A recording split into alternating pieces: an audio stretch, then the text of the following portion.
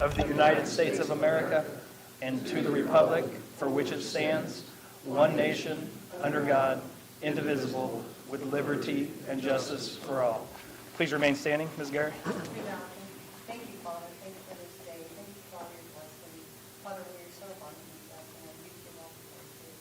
Father, thank you for the council, and it's not hard to make tough decisions. They can take it, and they take that as Father. And thank you for their servant heart, Father. In Jesus' name I pray. Amen. Amen. Thank you all. Now be seated. Ms. Gary, if you could please take roll. Present. Present. Present. Present. Present. Does everybody have their microphones on? Yes. All right. Yes. We have a quorum with all members present. Moving on to the approval of the agenda. I know we have at least one amendment to the agenda. I do. It is Lights Over Morse Lake letter. They like to, it's an annual letter that you sign. Under new business. It is. Okay. That's where the meeting is tonight. Okay. Any other additions? If not, I'll entertain a motion to approve the agenda as amended. So moved, Dennis Johnson. Second, Emily Pearson. Motion and a second. All in favor? Aye. Opposed? Have an agenda. Moving along to the approval of prior minutes. Has everyone had an opportunity to review the minutes from January 31st, 2026, for the exec session, January 31st, 2026 for the retreat, and February 3rd, 2026 for the general town council meeting? Good with the revisions you had? Yeah. Okay. I'll make a motion to approve those three sets of, minutes. Second, Dennis Johnson. Motion and a second. All in favor? Aye. Opposed? Go there. Moving on to the approval of the claims. Has everyone had an opportunity to look those documents over? Any questions, concerns? If not, I will entertain a motion to approve the claims dated 2/17/26. So moved, Emily Pearson. Second, Dennis Johnson. Motion in favor? Sorry. All in favor? Aye. Opposed? Pay the bills. Thank you. Well, off my game tonight. Moving on to council committee reports, OTC. No report?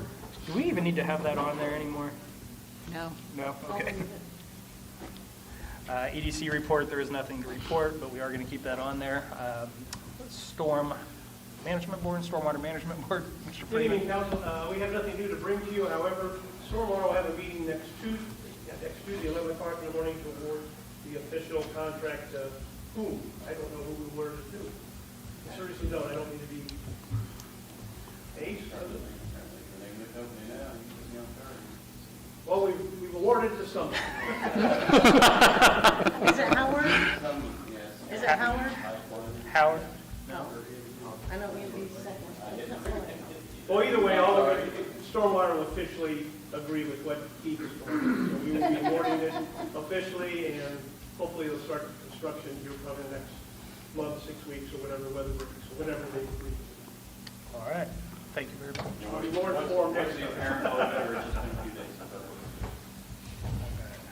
Moving on, legal counsel report, Mr. Colton. The only item I had was to advise that I have engaged a outside appraiser to take a look at the proposed. That's under new business. Oh, I'm sorry. You're good. Then I'll wait until that time. So, Mr. Culp, I do have a question for you. You know, we're going to do a little bit of work at that, at our new property. Should we go ahead and do the soil management plan for the fence, brush, and tree removal? Should we just go ahead and create one? What does that take? I would need to check with Mr. Gardner on that. I do think it's a good idea to have a plan. Anytime we're going to be digging deeper than a few inches out there because of the past contamination of that site, we want to make sure we're adhering to that. Most of that lot has 2 feet of clean topsoil put on it, and so as long as you're not digging below that, you don't run into an issue.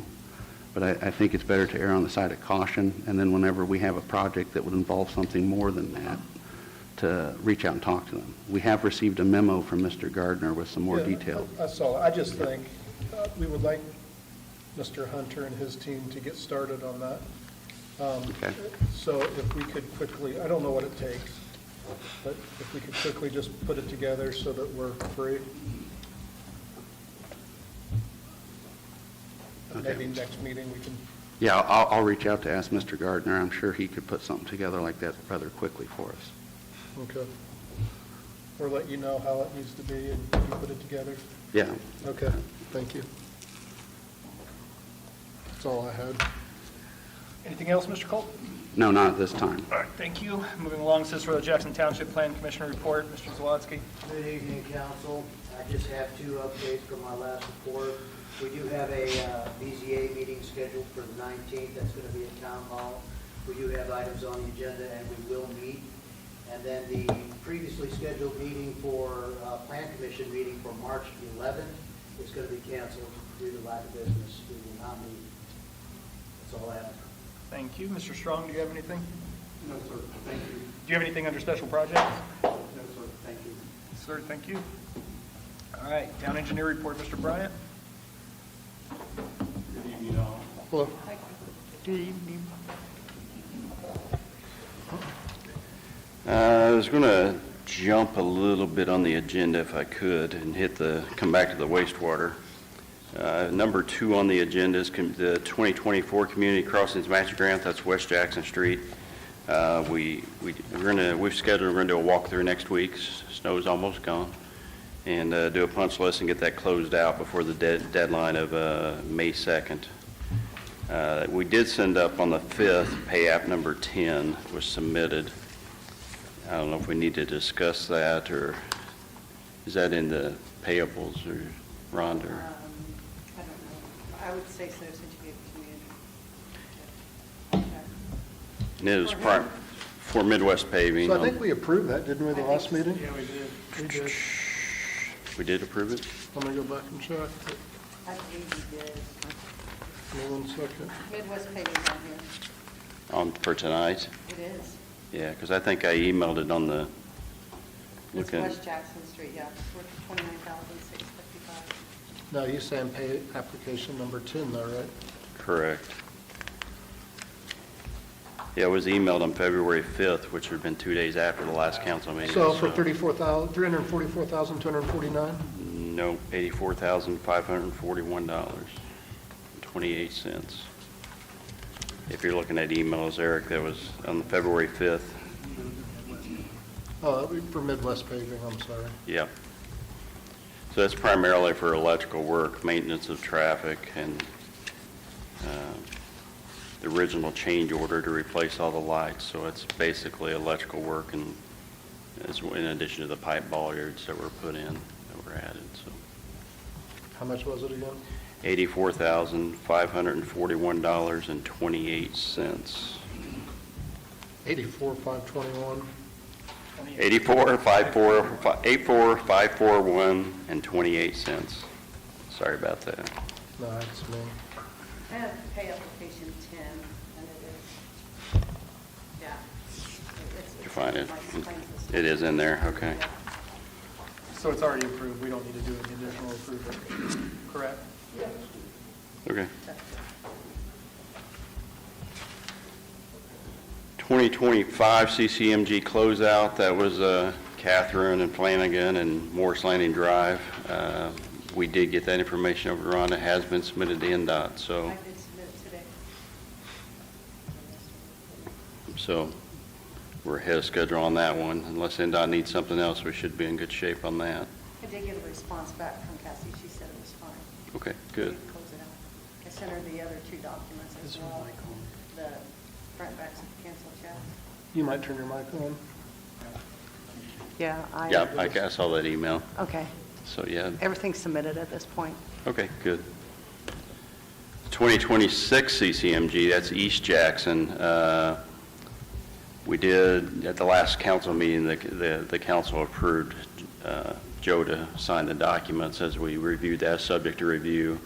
I did email today because I figured out that, hey, I forgot to email up the review letter in the bid tab, so I sent that up.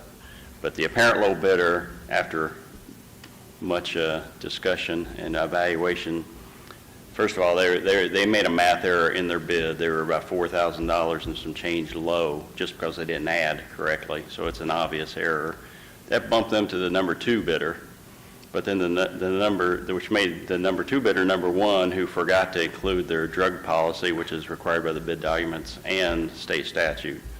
So then we wound up with the original 1 bidder, which wound up getting a job. We had some issues with them when we were talking about maintenance of traffic, but they stepped up and confirmed that they're going to do everything per the contract documents. So So who is it?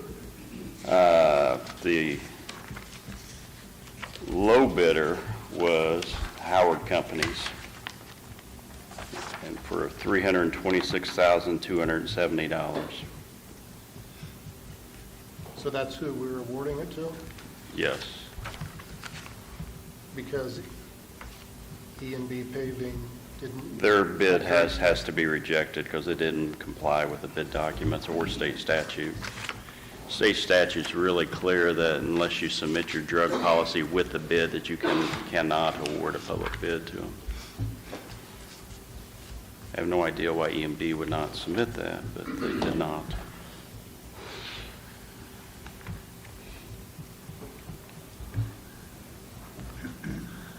And Bruce covered Morris Landing Drive, so I think we're good there. Next week, we'll get that awarded, which backs us up to the wastewater. The treatment plant, Reynolds is here, of course. We'll have some discussion with them, but project is progressing.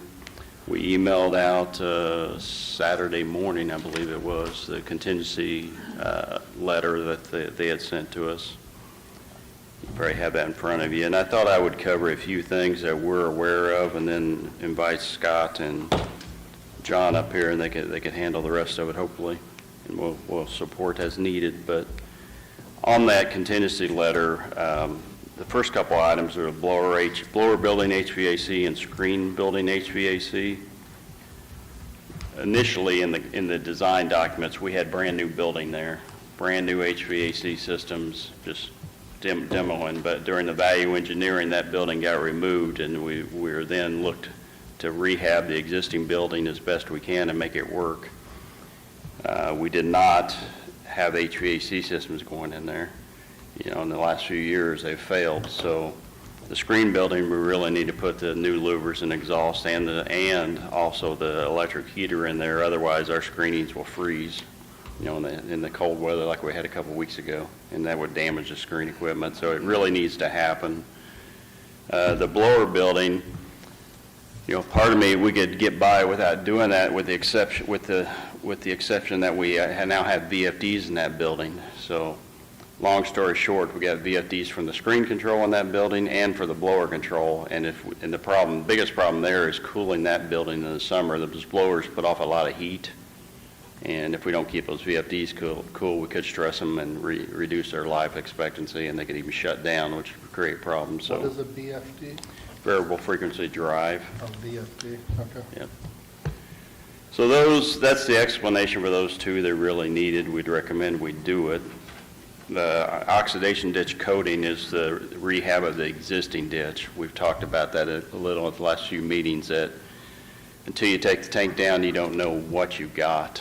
So when Reynolds did get it down, it was evaluated, and we got a couple different quotes to do some systems to basically what concrete was beyond what we were saw cutting to put new bridges in or to raise the walls that need to have new control joints filled, expansion joints, and any damage from cracks sealed before we put water back in it for hopefully the next 30 years like we had the last 30 years before we take it down again. We need to fix it, otherwise we'll have decreased longevity of that concrete structure. So, and again, you don't know what you're getting into until you take the tank down.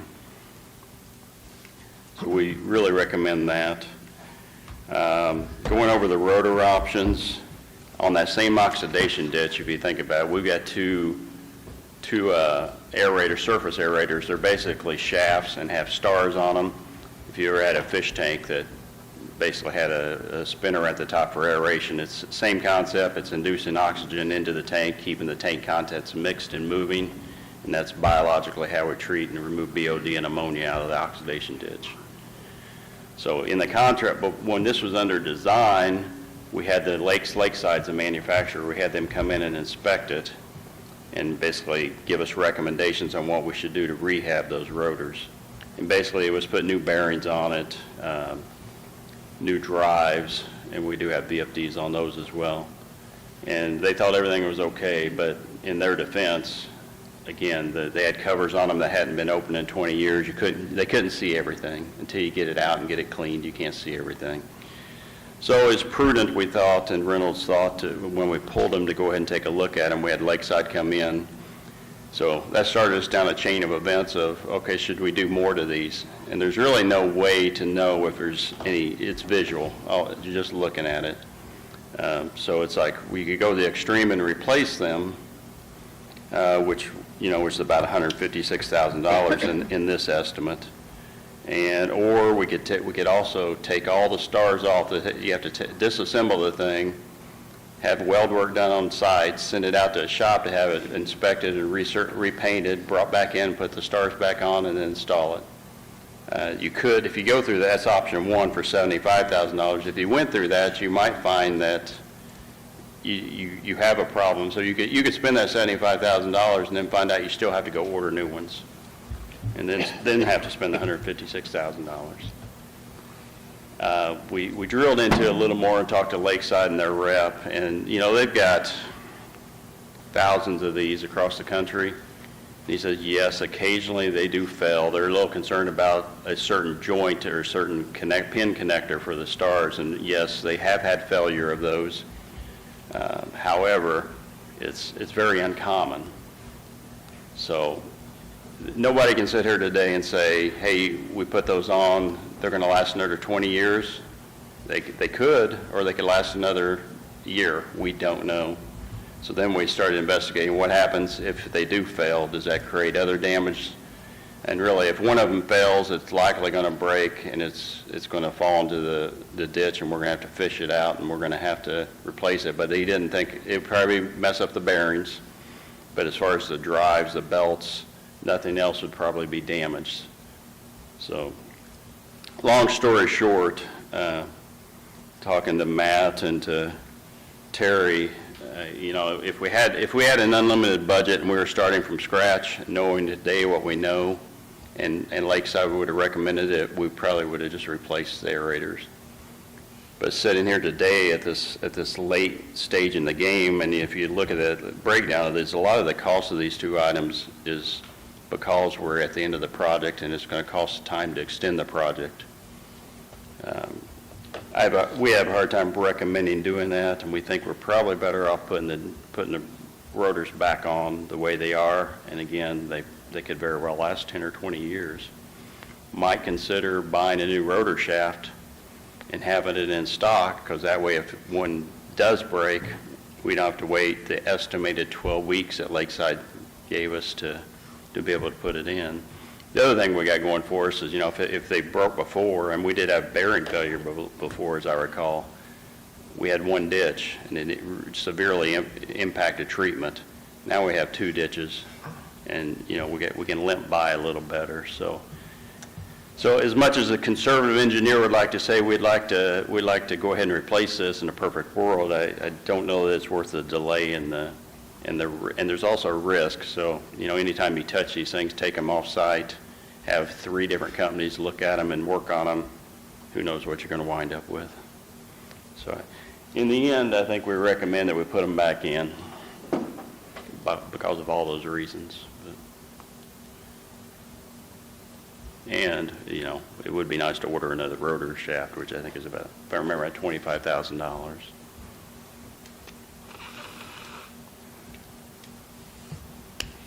Any question about those items? So the additionals for the blower building HVAC, screen building HVAC, are those in that contingency number? That contingency request for amount? They're in the total contingency number too, yes. So those are part of that 348,750? No, they're in addition to the 348. What are those numbers? Those totaled are, well, I can tell you the individual. If you go to, I'm trying to see what page it says, I think the 3rd page of the Reynolds letter. Yeah. At the top there, you see where it says building HVAC. Yeah. If you go down to that next paragraph, So one of them is $38,680. Screen building is $21,055. And then the item number 3, which is a ditch repair, is $71,866. That's a grand total of $131,601.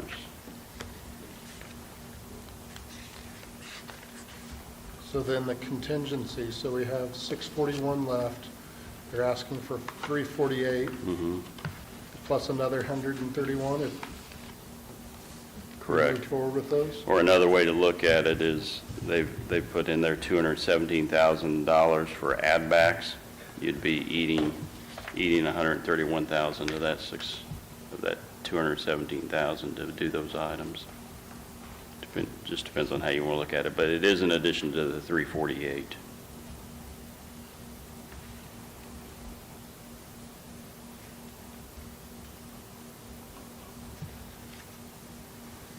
And then I guess,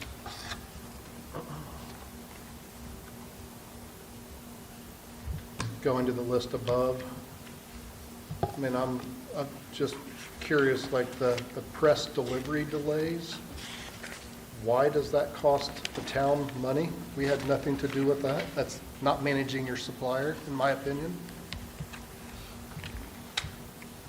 Yeah, those are questions I'm going to ask Reynolds to answer and present the 348,000, but, I mean, they can only control their supplier so much, so it depends on how the contract's So I mean, written. if there's not work to do, why do we still bring people to the site? So, You guys yeah, present the please come up. Sorry. 348. I'm sorry.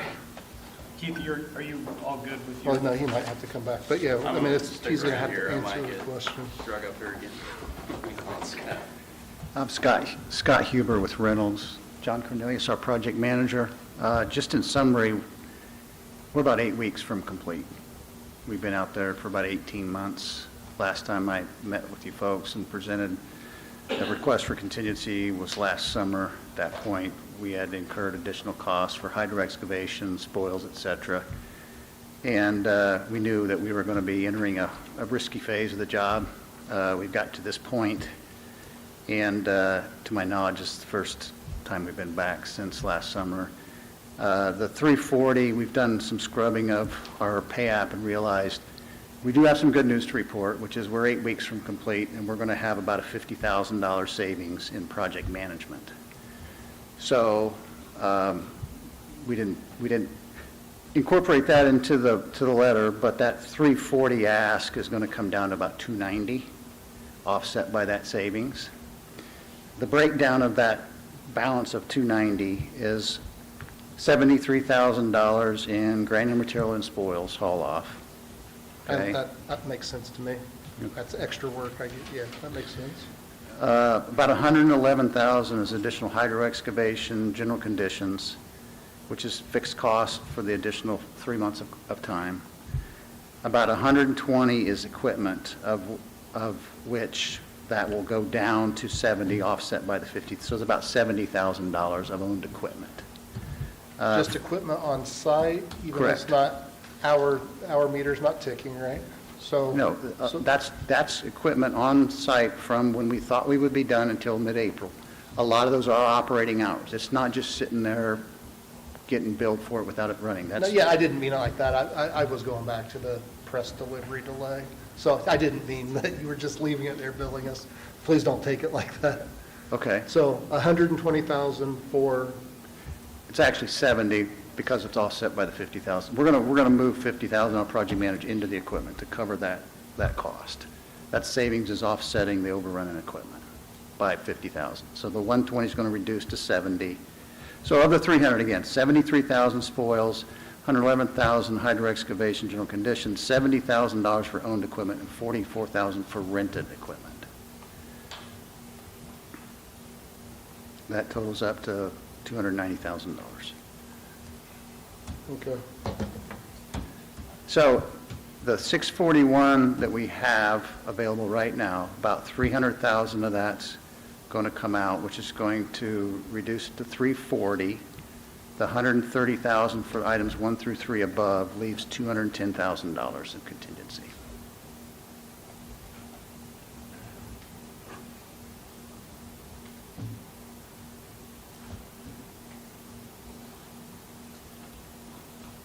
sorry. I'm going to write it down. Did you get the 210, Scott? I didn't make sure I tracked. So 641 minus the 300,000, and then 130,000 Okay, so you had, Yeah. I'm with you. So the 130 is what? is the three items up above That's the that, stuff we that, talked about. that he The just, HVAC?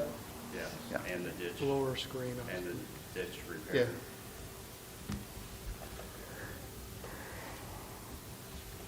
Okay. So then we're down to 200K. Or 210 is what you said, right? yeah. Remaining. All right, thanks for going back and scrubbing the numbers. Any other unforeseen items? I mean, you're at the end, right? We should We're be 8 able to weeks from done. We've got the majority of the risk behind us. The biggest risk item going forward is 2 RAS valves beside the reservoir station. It's the toughest. If you're welcome, come out and see what we've got to do, but we're excavating 16 feet below grade, right adjacent to 2 existing clarifiers that have been there since 1990, and we're going 3 or 4 feet below them. And it's risky work. If we could avoid doing that and find a way, it would probably save another 30,000 plus. So you guys are looking at options or what? Or there are no options, you have to, What do you think? We talked about it before. I mean, now's the time to do it. It's going to be nothing but more expensive if they break or you have problems later. I mean, that's the problem. Yeah. I mean, it's now's the least expensive time to do it. And if you don't do it and they break, you'll be doing it under emergency conditions. Yeah. okay. Other than that, we knew the ditch was a big risk, the digester. Anytime you're excavating in an existing facility, what we don't know, and we're through that. We're 8 weeks from done. New ditch is running well, new clarifier's running well, the press is running well. So my hope is you're going to have an opportunity to take a deducted change order, $200,000 in about 2 months. Well, we were hoping for more than that when we originally talked, but yeah. And there were some areas I understand. Okay. Any other questions? I don't think I have any. I mean, why, I guess one, I mean, why you didn't talk about it, but the press delivery delays is a reason for this, and that's just directly relating to the equipment sitting on site? The press was utilized to minimize sludge disposal costs. So that was a key delivery, that until that thing was operational, we were building up sludge inventory. We couldn't take the existing ditch offline. We couldn't get the new ditch online. It just, and we had liquidated damages on that vendor just to hold them on, to keep them honest. Those came back to the town, didn't they? It was credited to the project. It was credited to the project? Correct. Okay. Now, this thing was built in, is it Austria? It came from Austria, and we were reluctant to, we had one option, and that was to use Schwing. Yeah. We did the best we could to keep them engaged and honor their commitment. We made I it. appreciate that. No, I know you guys did, and it's tough getting equipment. I guess I wasn't aware that those funds essentially came back to the town to cover a portion of costs. So- Right. Okay. All right. I think I'm okay. Okay. Thank you. I haven't Thank been you. around the whole project. Why was that piece of equipment necessary? Like, what caused that to be needed? The Schwing press is going to drastically reduce your sludge disposal costs. The solids that are produced out of that are so dry that your hauling costs are greatly related to the amount of water in your sludge, and the lower that weight, the lower your disposal fees. So that's. So that was always part of the project? Yeah, it was part of the, just late, it was part of Oh. the project, yeah. It was, from the get-go, it was a ridiculous schedule from the vendor that couldn't find a way to work around. Yeah. And then they were late on top of that. Yeah. So they definitely drove the whole critical path of the project. We made an order on that before we had a signed contract in order to get the submittals, get the pricing locked in, get the delivery, which was nearly a 2-year delay, a 2-year lead time on the doggone thing. We got it cut to a year and a half. Assigned liquidated damages, so if they delivered late, they were assessed a penalty, and still they didn't deliver on time. They just don't care. They're the only game in town. They've got the best product. That's part of the problem, too. They know it. And the project was credited that LD value. All right. Thanks. Appreciate you guys coming and walking through that. Thank you. Thank you very much. Keith, you have anything else? You guys don't feel like you have to stay either. You're welcome to escape if you would like, but thank you again for coming. Thank you. All right. We have nothing under old business. Moving along to new business, legal contract. This is for Mr. Culp's services. Yes, You're just looking for an approval tonight, I am. correct? yes. All right, so basically, Mr. Culp, it's a 3% increase, correct, that we had already discussed prior. Just need approval for you to sign this contract. I entertain a motion to allow me to sign Mr. Culp's contract. So moved. Emily Pearson. Second, Dennis Johnson. Motion and a second, all in favor? Aye. Opposed? Thank you very much for your work, Mr. Culp. I know we've been keeping you busy, so. Thank you very much. Moving along to the salary ordinance amendment, 02-17-2026-01. It's, my mistake. The reserve police officer should be $5.99. I think it says $5.90, and I just happened to just glance at it and catch it. I thought, do another amendment. So his reserve officers can be paid the correct amount. I'd appreciate you signing off on that. All right. Entertain a motion to approve salary ordinance amendment 02-17-2026-01. So moved, Dennis Johnson. Second, Emily Pearson. Motion and a second, all in favor? Aye. Opposed? Thank you. Thank you. Electronic meetings policy resolution, 02-17-2026-02.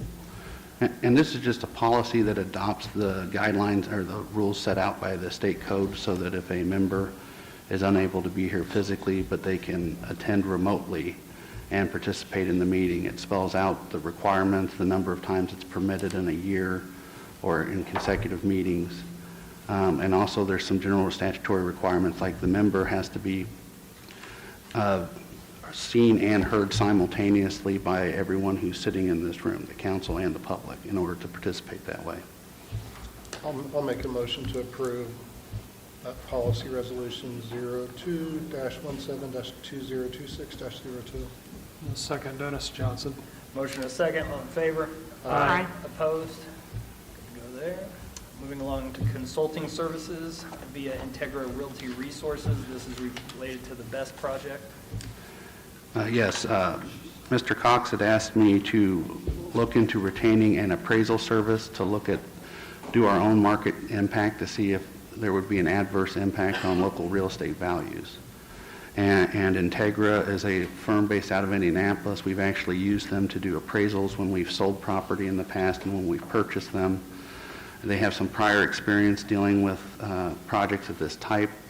And so this would engage them so that we could get our own independent opinion on the impact on real estate. Again, this is all money that has been approved and funded by the petitioner for our due diligence. So good find on that, Mr. Culp. Thank you. It's interesting what they're going to compare to and how they're going to do it. So I'll make a motion to approve that. Integra as the consulting service for land appraisal. I'll second, Dennis Johnson. Motion and a second, all in favor? Aye. Opposed? Thank you.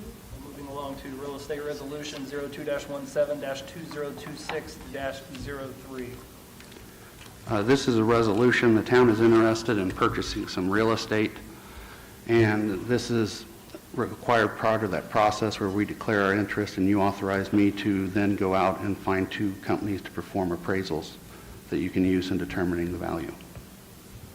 I'll make that motion. I'll second that motion. Motion and second, all in favor? Aye. Opposed? Thank you very much. Moving along to the Lights Over Morris Lake dock use agreement. This is an agreement we sign with them annually to, allows them to use our land essentially to set up their check-in booth for Yep.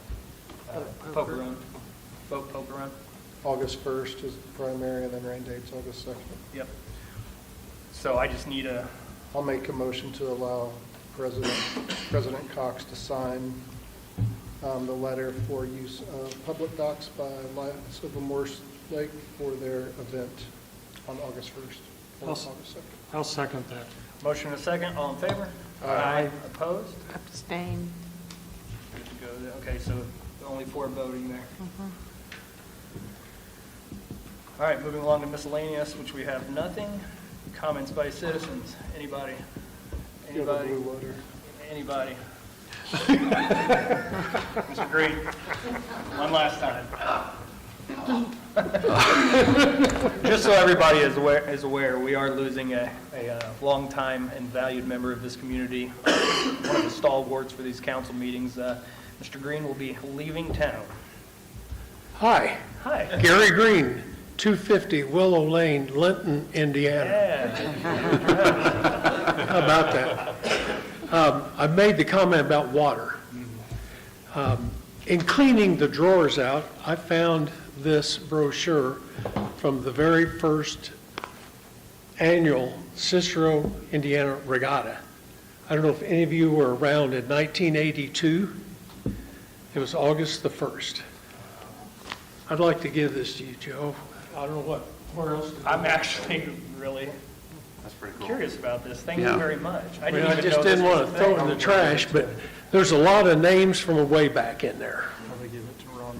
Yeah. You're gonna- Anyway, I'm going to miss this town. You're going to come back to see us, though, right? Well, I'm going to say it this way.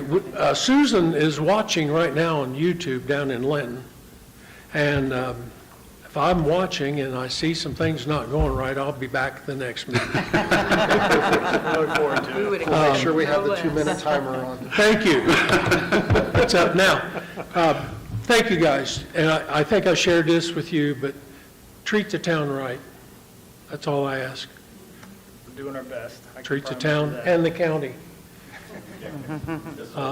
It's been fun. Most of the time. Well, you're, from out there, I can see where it's fun. I was told that last meeting that I needed to smile. I guess someone did a screenshot, and I was frowning pretty heavy. Not the video I watched. Oh, I was. I had the, it was like, whoa. But thank you all.